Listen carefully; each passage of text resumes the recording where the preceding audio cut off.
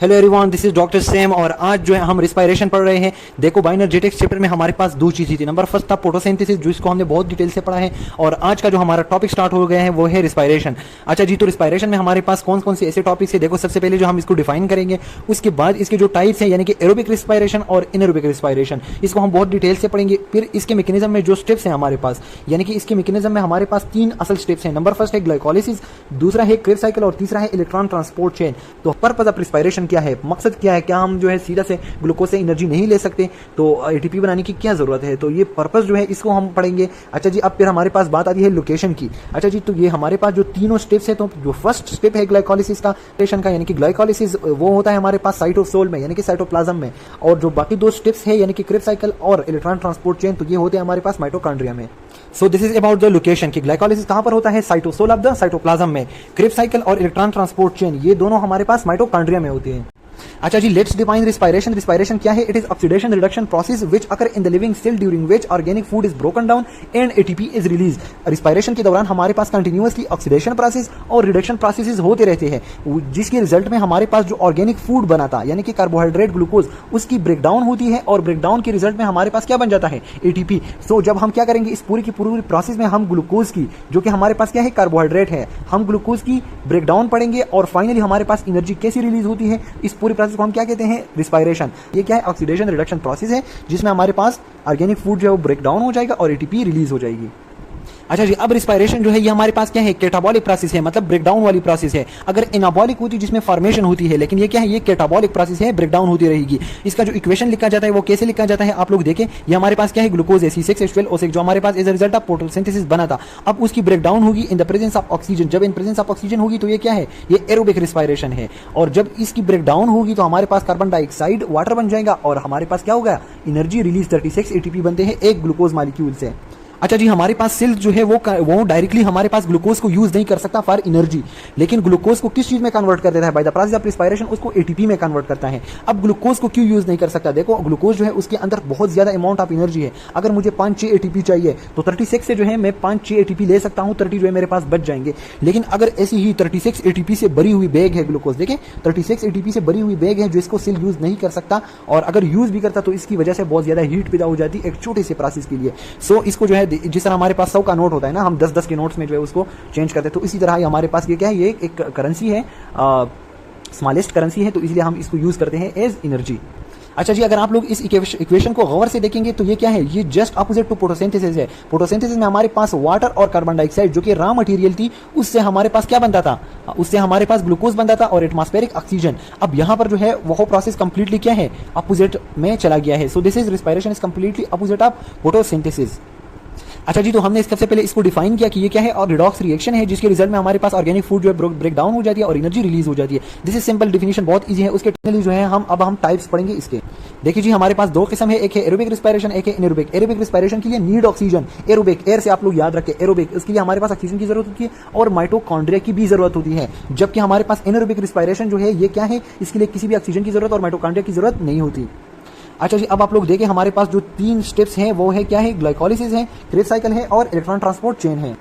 अच्छा जी, ये जो ग्लाइकोलिसिस का जो फर्स्ट स्टेप है, जो कि फर्स्ट स्टेप ऑफ रिस्पायरेशन है ग्लाइकोलिसिस, ये एरोबिक और इनएरोबिक दोनों में कॉमन ही है। ये दोनों में कॉमन ही है, मतलब common in both aerobic and anaerobic respiration. अगर हम एरोबिक पढ़ेंगे या इनएरोबिक, दोनों में हमारे पास ग्लाइकोलिसिस कॉमन होगा। ये फर्स्ट स्टेप जो है दोनों में, एरोबिक पढ़ेंगे या इनएरोबिक, दोनों में सेम टू सेम होगा। लेकिन फिर आगे जो है क्रेब्स साइकिल और electron transport chain, they occur in the aerobic respiration, जबकि इनएरोबिक में ये प्रोसेस अलग से होती है, वो फिर हम देख लेंगे।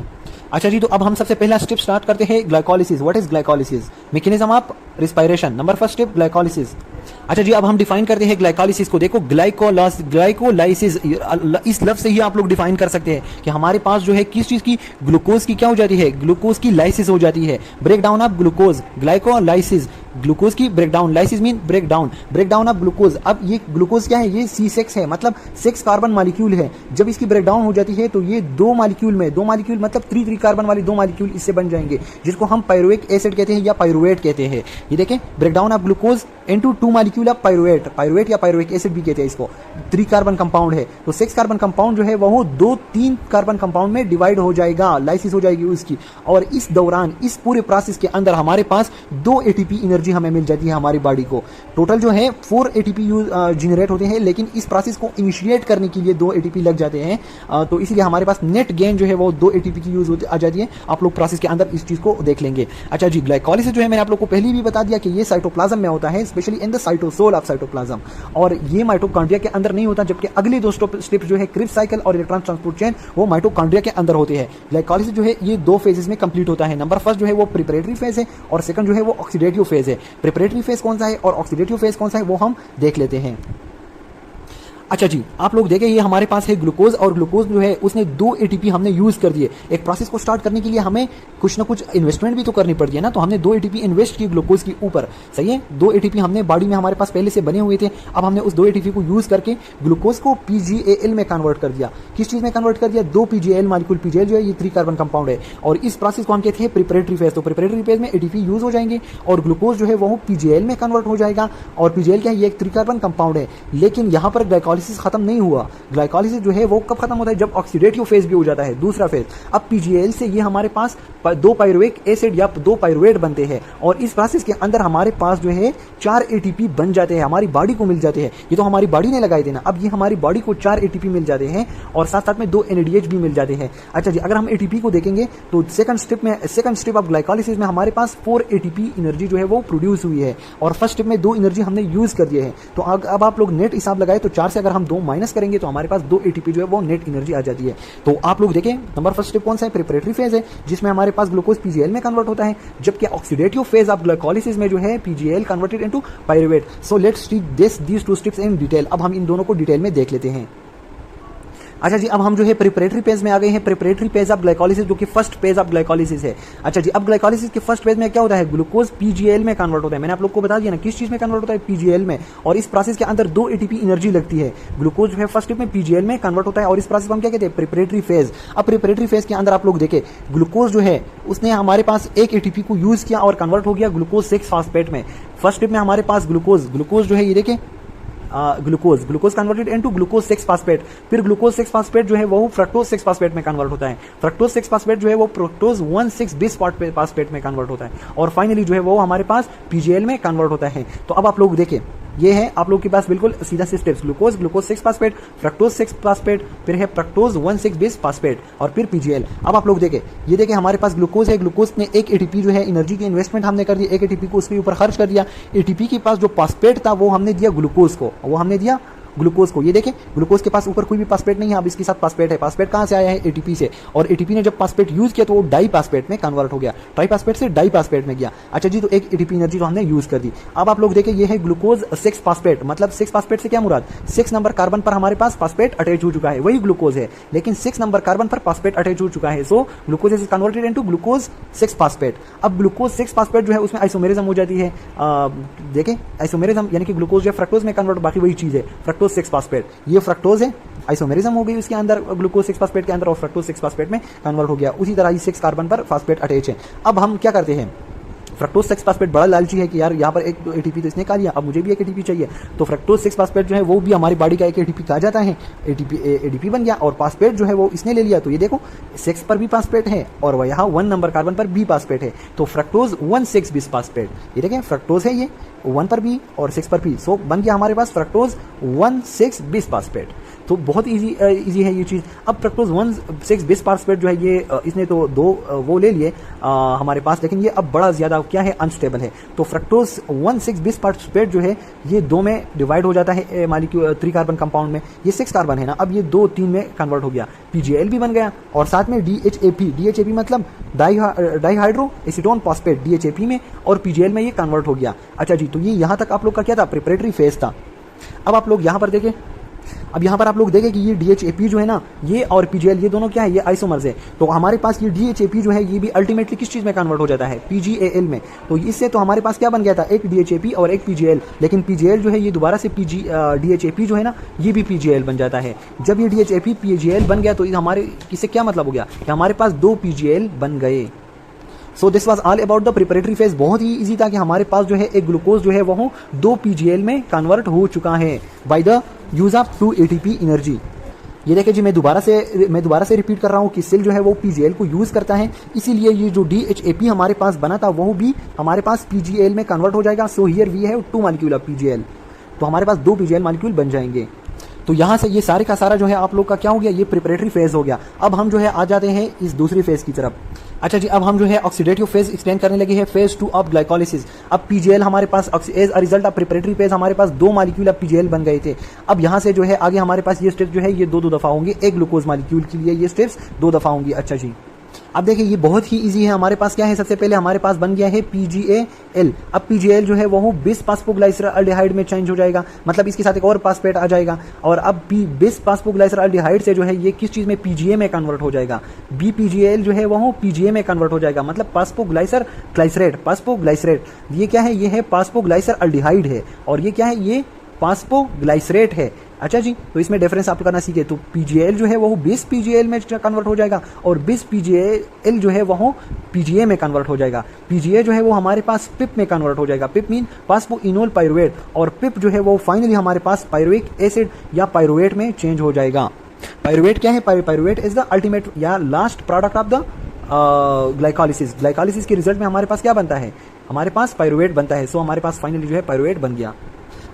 अच्छा जी, अब हम इस प्रोसेस को जरा डिटेल से देख लेते हैं कि PGAL जो है, PGAL के अंदर ऑक्सीडेशन हो जाएगी। ऑक्सीडेशन मतलब रिमूवल ऑफ हाइड्रोजन। जब इसके अंदर हाइड्रोजन की रिमूवल हो जाएंगी तो हाइड्रोजन कहाँ जाएंगे, वो हो जाकर NADH के साथ मिलकर NADH बनाएंगे, NAD के साथ मिलकर NADH बन जाएंगे। तो यहाँ पर हमारे पास 2 NADH बन जाएंगे। अच्छा जी, और ये PGAL जो है ये बिस PGAL में कन्वर्ट हो गया। देखो इसके साथ पहले क्या था, 1 फास्फेट था, अब 2 फास्फेट हो गए। अच्छा जी, अब आप आगे देखें कि बिस PGAL जो है वो PGA में कन्वर्ट हो रहा है, और इस दौरान जो है हमारे पास 2 ATP एनर्जी भी बन जाती है।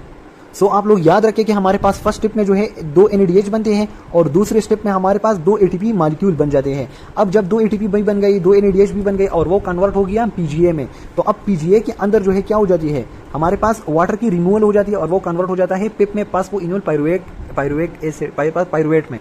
फास्फोइनोल पाइरुवेट में कन्वर्ट हो गया। PGS कन्वर्टेड इनटू पिप यानी फास्फोइनोल पाइरुवेट। और अब यहाँ से लास्ट स्टेप में भी हमारे पास 2 ATP एनर्जी बन जाती है, और पिप जो है वो कन्वर्ट हो जाता है पाइरुवेट में या पाइरुविक एसिड में। हमारे पास जहां पर ये पाइरुवेट मॉलिक्यूल बन गए हैं 2, तो वो जो है डिसाइड करते हैं कि अगर ऑक्सीजन जो है एब्सेंट है तो एनारोबिक रिस्पायरेशन की तरफ जाएगा, और अगर ऑक्सीजन प्रेजेंट है तो ये हमारे पास लिंक रिएक्शन के थ्रू माइटोकॉन्ड्रिया के अंदर जाकर क्रिप्स साइकिल करेगा और फिर electron transport chain so aerobic respiration की तरफ जाएगा।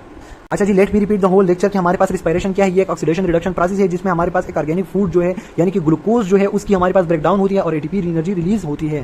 फिर हमने जो है इसका इक्वेशन देखा कि ये जो है ये कंप्लीटली अपोजिट टू फोटोसिंथेसिस है। ग्लूकोज जो है वो ऑक्सीजन की प्रेजेंस में हमारे पास ब्रेकडाउन हो जाती है और एनर्जी रिलीज हो रही है। इसके 2 टाइप्स है, एक एरोबिक है और एक एनारोबिक है, और ये डिसाइड किस चीज पर होती है, ऑक्सीजन के प्रेजेंस पर। इस साइकिल में, इस रिस्पायरेशन में हमारे पास 3 स्टेप्स है, एक ग्लाइकोलिसिस, क्रिप्स साइकिल और इलेक्ट्रॉन ट्रांसपोर्ट चेन। जो ग्लाइकोलिसिस है ये कॉमन है बोथ एरोबिक और एनारोबिक में, और ये 2 जो है ये ओनली एरोबिक रिस्पायरेशन में होती है। अच्छा जी, जो कॉमन है बोथ एरोबिक और एनारोबिक में, सबसे पहले हम जो है उसको देख लेते हैं, ग्लाइकोलिसिस को देख लेते हैं। अच्छा जी, ग्लाइकोलिसिस में हमारे पास क्या होती है कि ग्लूकोज जो है यानी कि 6 कार्बन कंपाउंड जो है उसकी लाइसिस होती है किस चीज में, पाइरुवेट में यानी कि 3 कार्बन कंपाउंड में। और ये कैसे होती है, तो इसमें हमारे पास 2 फेसेस थे। एक था हमारे पास प्रिपरेटरी फेज जिसमें PGAL की 2 मॉलिक्यूल बन रही थी 3 कार्बन कंपाउंड के, और दूसरा क्या था हमारे पास, दूसरा था हमारे पास ऑक्सीडेटिव फेज जिसमें हमारे पास PGAL की 2 मॉलिक्यूल जो थी वो 2 पाइरुवेट में कन्वर्ट हो रहे थे। इसी दौरान दूसरे स्टेप में आप लोगों ने देख लिया कि हमारे पास 4 ATP बनते हैं और 2 NADH बनते हैं। देखिए जी, ये प्रिपरेटरी फेज है जिसमें हमारे पास ग्लूकोज के ऊपर हमने इन्वेस्टमेंट की 1 ATP एनर्जी यहाँ पर, और वो कन्वर्ट हो गया ग्लूकोज 6 फास्फेट में, फिर वो फ्रक्टोज 6 फास्फेट में, और फ्रक्टोज 6 फास्फेट ने जो है एक और ATP लिया और फ्रक्टोज 1,6 बिस फास्फेट में कन्वर्ट हो गया, फिर वो जो है फाइनली PGAL में और DHAP में कन्वर्ट हो गया। DHAP जो है वो अगेन PGAL में कन्वर्ट हो जाएगा और 2 PGAL के मॉलिक्यूल बन जाएंगे। अच्छा जी, अब ये 2 PGAL मॉलिक्यूल जो है ये किस चीज में आ जाएंगे, ऑक्सीडेटिव स्टेज में आ जाएंगे। ऑक्सीडेटिव स्टेज में क्या हो जाएगा, उसमें हमारे पास जो है PGAL के जो मॉलिक्यूल है वो फाइनली हमारे पास पाइरुविक एसिड में कन्वर्ट हो जाएंगे। किस चीज में, 2 मॉलिक्यूल पाइरुविक एसिड में कन्वर्ट हो जाएंगे। कैसे कन्वर्ट होते हैं, तो फर्स्ट स्टेप में जो है ऑक्सीडेशन होती है जिसके रिजल्ट में PGAL जो है वो 2 हाइड्रोजन लॉस करके हमारे पास NADH बना देते हैं। तो 2 NADH बन जाएंगे। क्यों 2 NADH, क्योंकि यहाँ पर 2 मॉलिक्यूल तशरीफ ला चुके हैं PGAL के एक ग्लूकोज मॉलिक्यूल से, तो इसलिए 2 NADH बनते हैं इस स्टेप के दौरान। अच्छा जी, फिर उसके बाद आप लोग देखें कि हमारे पास बिस PGAL जो है वो PGA में कन्वर्ट होता है और इसी दौरान हमारे पास 2 ATP बनते हैं। तो 2 ATP यहाँ पर बन गए, और लास्ट स्टेप में अगर आप लोग देखेंगे जब हमारे पास पिप जो है फास्फोइनोल पाइरुवेट जब वो पाइरुविक एसिड में कन्वर्ट होता है या पाइरुवेट में कन्वर्ट होता है, उसी दौरान 2 ATP बनते हैं। तो 2 और 2 4 ATP बनते हैं। हमारे पास टोटल 4 एटीपी बनते हैं, लेकिन 2 हमने ऊपर फर्स्ट प्रिपरेटरी फेज में इन्वेस्ट किए थे, तो इसलिए हमारे पास ग्लाइकोलिसिस में नेट 2 एटीपी एनर्जी हमें मिलती है। अच्छा जी, अब आप लोग देखें, और ग्लाइकोलिसिस के लिए किसी ऑक्सीजन की जरूरत नहीं होती, ये बात याद रखें। ग्लाइकोलिसिस के लिए ऑक्सीजन की जरूरत नहीं होती, तभी तो ये कॉमन है बहुत एरोबिक और एनारोबिक। अब आप लोग देखें, हमारे पास फाइनली बन चुके हैं पायरुवेट या पायरुविक एसिड भी हम इसको कह सकते हैं। अब ये डिसाइड करेगा कि ये एनारोबिक रिस्पायरेशन में जाए या फिर एरोबिक में। सो